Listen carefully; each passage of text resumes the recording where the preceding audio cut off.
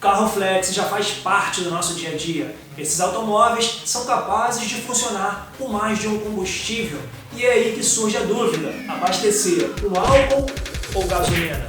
Nessa aula eu vou mostrar para vocês qual é o cálculo que deve ser feito para saber qual é o combustível mais vantajoso do ponto de vista financeiro. Mas espera aí, isso é uma aula de química. Então você não vai aprender só a fazer esse cálculo. Você vai aprender toda a química por trás dessa discussão. Papel e caneta na mão, vem com o Papai Cris!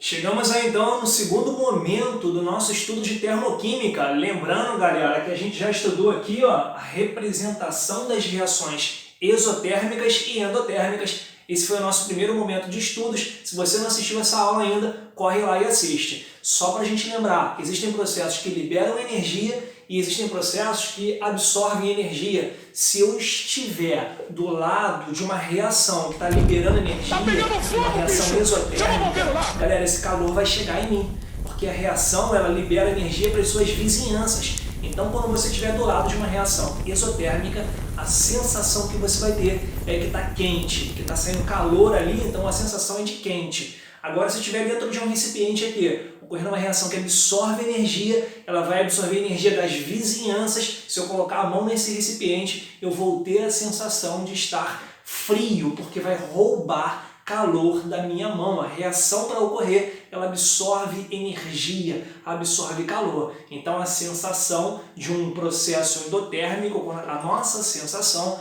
é de que o sistema ali está frio, porque vai roubar calor da gente. A sensação é de que a gente está perdendo calor. A sensação não, a gente vai estar perdendo calor. Só que a sensação quando a gente perde calor é de estar frio. Galera, o que a gente vai estudar nesse momento aqui? A gente vai estudar os fatores que alteram a energia envolvida durante uma reação. A energia envolvida durante uma reação a gente chamou de ΔH. Então tem três fatores que alteram o ΔH, a energia envolvida em um processo. São eles: quantidade dos reagentes, o estado físico das substâncias que estão envolvidas nessa reação, e o terceiro aqui seria o estado alotrópico. Se você não lembra o que é alotropia, acalma o seu coraçãozinho que Papai Cris está aqui para explicar. Mas primeiramente a gente vai focar nesse daqui. A aula de hoje a gente vai estudar a quantidade dos reagentes influenciando o ΔH. Sinceramente, dos três aqui, o mais importante é o primeiro, porque ele linka com outro assunto da química, que é o terror da galera, é a estequiometria. Estequiometria entra bem aqui dentro de quantidade dos reagentes. Então, sem mais blá blá blá, vamos começar a nossa aula. Peguei uma reação aqui de exemplo do combustível, galera, gás hidrogênio. Aí eu vou pegar esse combustível e vou fazer a combustão. Para ter a combustão precisa de oxigênio. Então tá aqui, ó, gás hidrogênio, a gente vai queimar ele, vai reagir com oxigênio, e aí o produto dessa reação, olha que lindo, galera, o produto da queima de gás hidrogênio é a água, porra, não polui nada. Seria interessante pegar ele e substituir pelos combustíveis fósseis que liberam CO2 para a atmosfera, intensificando o efeito estufa, mas ele tem algumas limitações aí, daqui a pouco eu falo para vocês. Vamos continuar aqui então, preste atenção que agora eu vou levar em consideração a quantidade dos reagentes que estão reagindo. A gente tem que entender a ideia aqui. A ideia é, tem um combustível que está queimando, para isso precisa de um comburente, que é o oxigênio, e aí produz a água. Só que produz, além da água, energia também. Essa energia, galera, é produzida e vai ser liberada. Então a gente pode relacionar essa quantidade de energia com a quantidade de combustível que está queimando. Esse ΔH aqui, vocês vão ver em algumas questões aí, ele sendo chamado de ΔH de combustão. Vou até colocar aqui para vocês. Ó, vou colocar um Czinho aqui. Lembrem-se que é ΔH de combustão. Às vezes vem uma bolinha bem aqui, ó, dizendo que essa medida aqui de calor que foi produzida, ela foi medida nas condições padrão. A bolinha é condição padrão. Condição ambiente, 25 graus Celsius, pressão de 1 atm, mas não se preocupa não, que é o menos importante. E essa denominação aqui também é só um nome para o ΔH. Como é uma reação de combustão, a gente chama de ΔH de combustão, entalpia de combustão. Galera, se liga, 1 mol de gás hidrogênio está está reagindo com meio mol de oxigênio e produzindo 1 mol de água. E, agora que é a novidade dentro de termoquímica, e produzindo 240 kJ. O sinal de menos é para dizer que está sendo liberado. Não existe energia positiva e energia negativa. O que existe é uma convenção de sinal. Sinal negativo, a reação está produzindo energia, está liberando. Sinal positivo, a reação está absorvendo energia, está consumindo energia. Beleza? Então aqui a gente vai ter 1 mol de gás hidrogênio, quando é queimado, quando reage ali com oxigênio, produz 240 kJ. A pergunta que eu faço é a pergunta fácil, meio óbvio até o que eu vou perguntar aqui. Mas enfim, vamos pro óbvio. E se eu queimar, galera, ao invés de eu queimar 1 mol de gás hidrogênio, se eu queimar 2 mols de gás hidrogênio, quanto de energia que vai ser liberado? É o dobro. Então a quantidade dos reagentes, olha lá, a quantidade dos reagentes afeta o calor envolvido na reação? Obviamente que sim. Então aqui a gente só vai ter que respeitar a estequiometria. 1 mol de gás hidrogênio consome meio de O2. 2 mols de gás oxigênio vai consumir 1 mol de O2. E vai produzir 2 mols de água. E o ΔH desta reação que eu estou escrevendo aqui embaixo, ΔH de combustão, vamos colocar assim, vai ser menos 480 kJ. Então, guarda essa ideia. Se você multiplicar uma equação termoquímica, o que é uma equação termoquímica? É uma equação química com um dado termoquímico, com um ΔH do lado. Se você multiplicar uma equação termoquímica por 2, o ΔH vai ser multiplicado por 2. Se você multiplicar por 10, o ΔH vai ser multiplicado por 10, porque a quantidade de reagente influencia o ΔH, o calor envolvido na reação. Galera, como eu falei para vocês, esse tópico aqui é o mais importante até então de toda a discussão que a gente fez desse assunto, porque ele linka com a estequiometria. Então, para pensar aqui é o seguinte: qual seria o calor envolvido? Qual o calor envolvido, no caso aqui vai ser liberado, né? Qual o calor liberado na combustão de 1 kg de gás hidrogênio? Dada esta reação, ou essa daqui, tanto faz, tá? Vou usar essa primeira aqui. Então, se eu queimar 1 kg de gás hidrogênio, quanto de energia vai ser produzido e, consequentemente, liberado para a atmosfera? Eu peguei aqui o gás hidrogênio, mas eu poderia pegar outro combustível qualquer. Eu poderia pegar, por exemplo, o etanol. Aí eu tendo a reação de combustão do etanol, eu teria um calor envolvido nessa combustão, que a gente chama de ΔH de combustão, e eu poderia proceder da mesma forma que eu vou fazer aqui.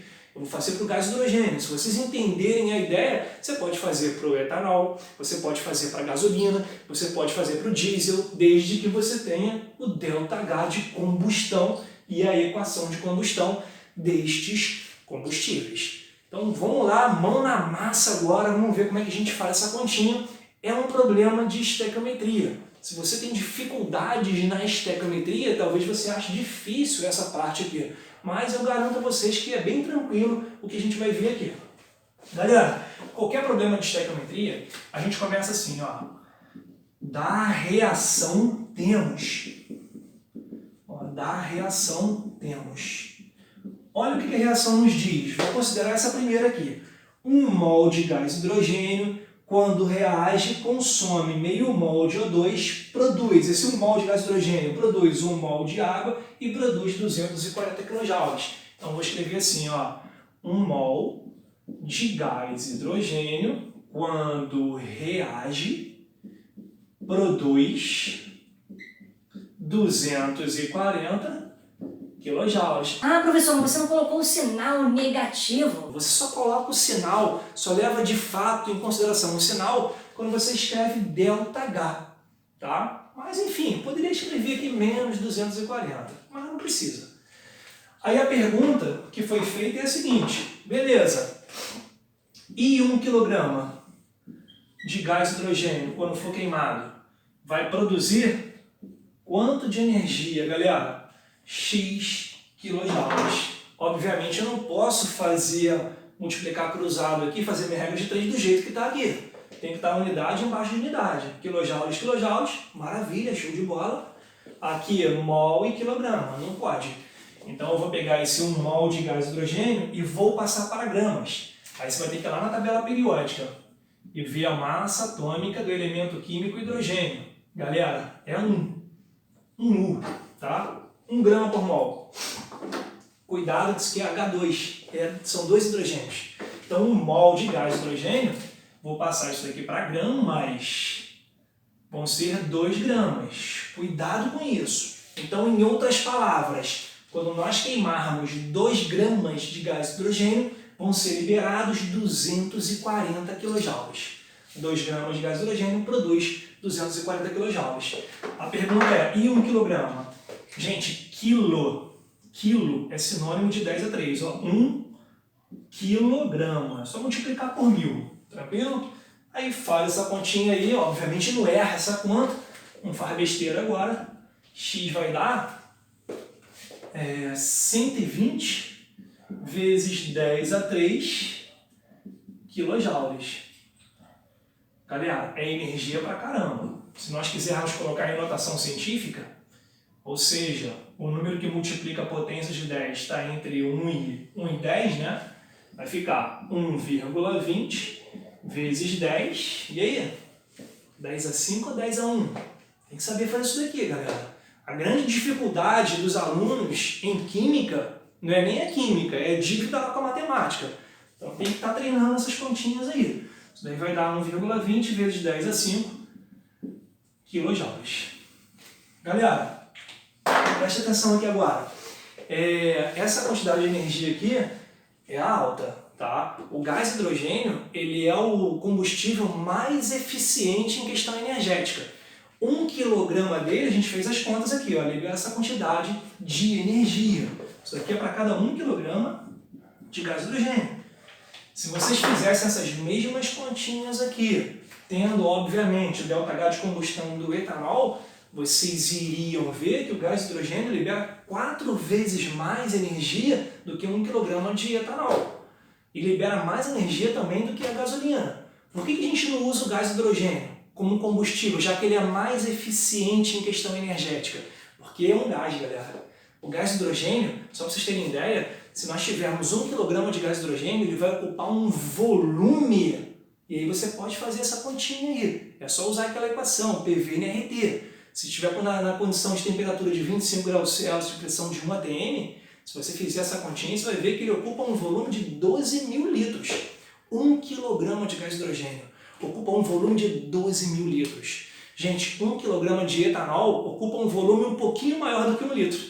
Então é muito mais fácil você manipular 1 kg de etanol do que 1 kg de gás hidrogênio. E é das limitações da gente não usar o gás hidrogênio. Mas o que eu prometi no início da aula é como é que a gente vai saber se vai abastecer o carro com etanol ou com gasolina.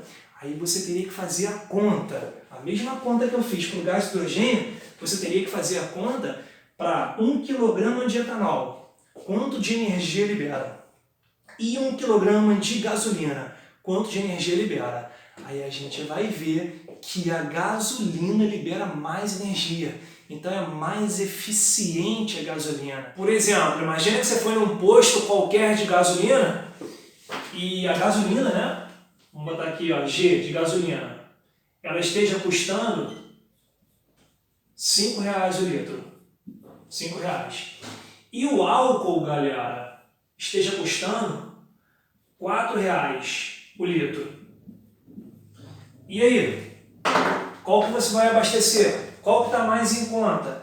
Aí o que você teria que fazer? Teria que fazer todos esses cálculos que eu fiz aqui para o hidrogênio, você teria que fazer para a gasolina e para o álcool. Se você fizesse, por exemplo, 1 kg de gasolina, quanto de energia produz?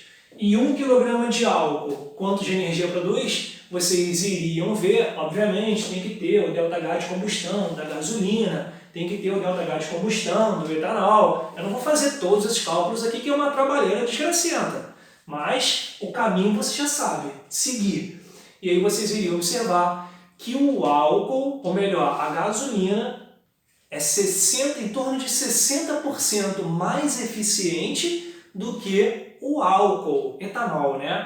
Eu botei aqui o A, mas é etanol, mais especificamente o etanol, porque ele tem vários tipos de álcool. O que vende lá no posto de gasolina é o etanol. Galera, a gasolina libera uma quantidade de energia 60% maior do que o álcool. E quando você, porque assim, isso é em massa, né, 1 kg, só que você não compra gasolina e álcool, etanol, em quilogramas, em massa. A gente compra em volume, o que é ruim, porque o volume ele varia com a temperatura. Se tiver um dia quente, o mesmo 1 kg de gasolina vai estar ocupando um volume maior. Se tiver um dia frio, vai estar ocupando um volume menor. A massa, ela não varia. Mas enfim, é mais fácil medir o volume lá na bomba do posto de gasolina. Então, preste atenção que a gasolina, ela produz mais energia para cada 1 kg.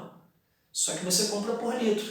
Então, nós teríamos que fazer essa conversão de gramas, quilogramas, né, para litro, para saber qual que é mais eficientemente energético por litro. Então vocês iriam ver que 1 litro de gasolina libera uma quantidade de energia em torno de quase 70% maior do que 1 litro de etanol, 1 litro de álcool. Então é por isso que a gente utiliza o parâmetro 0,7. Deixa eu mostrar para vocês aqui, ó. O parâmetro, galera, é esse aqui, ó, 0,7. Gente, 0,7 é 70%. É a mesma coisa, 0,7 é 70%. Pega 70 dividido por 100 dá 0,7. Beleza?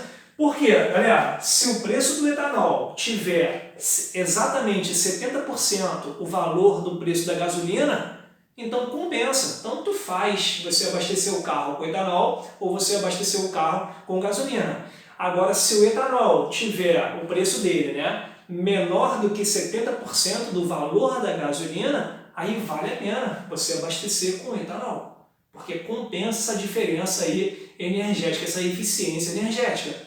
E se o etanol tiver um preço 70% maior do que o preço da gasolina, aí não compensa, aí é melhor você abastecer com gasolina. Então, nesse caso aqui, como é que você faria essa conta? Vamos lá. Pega o preço do etanol, R$ 4,00. Divide pelo preço da gasolina, R$ 5,00. Isso daqui vai dar 0,8. Se deu 0,8, significa dizer que o preço do etanol é 80% o preço da gasolina. Cara, não vale a pena. Abastece com gasolina. E se desse um valor menor do que 0,7, aí abastece com etanol. E se desse igual a 0,7, tanto faz, que um vai compensar o outro. Ficamos por aqui. Aguardo vocês em uma próxima aula. Valeu!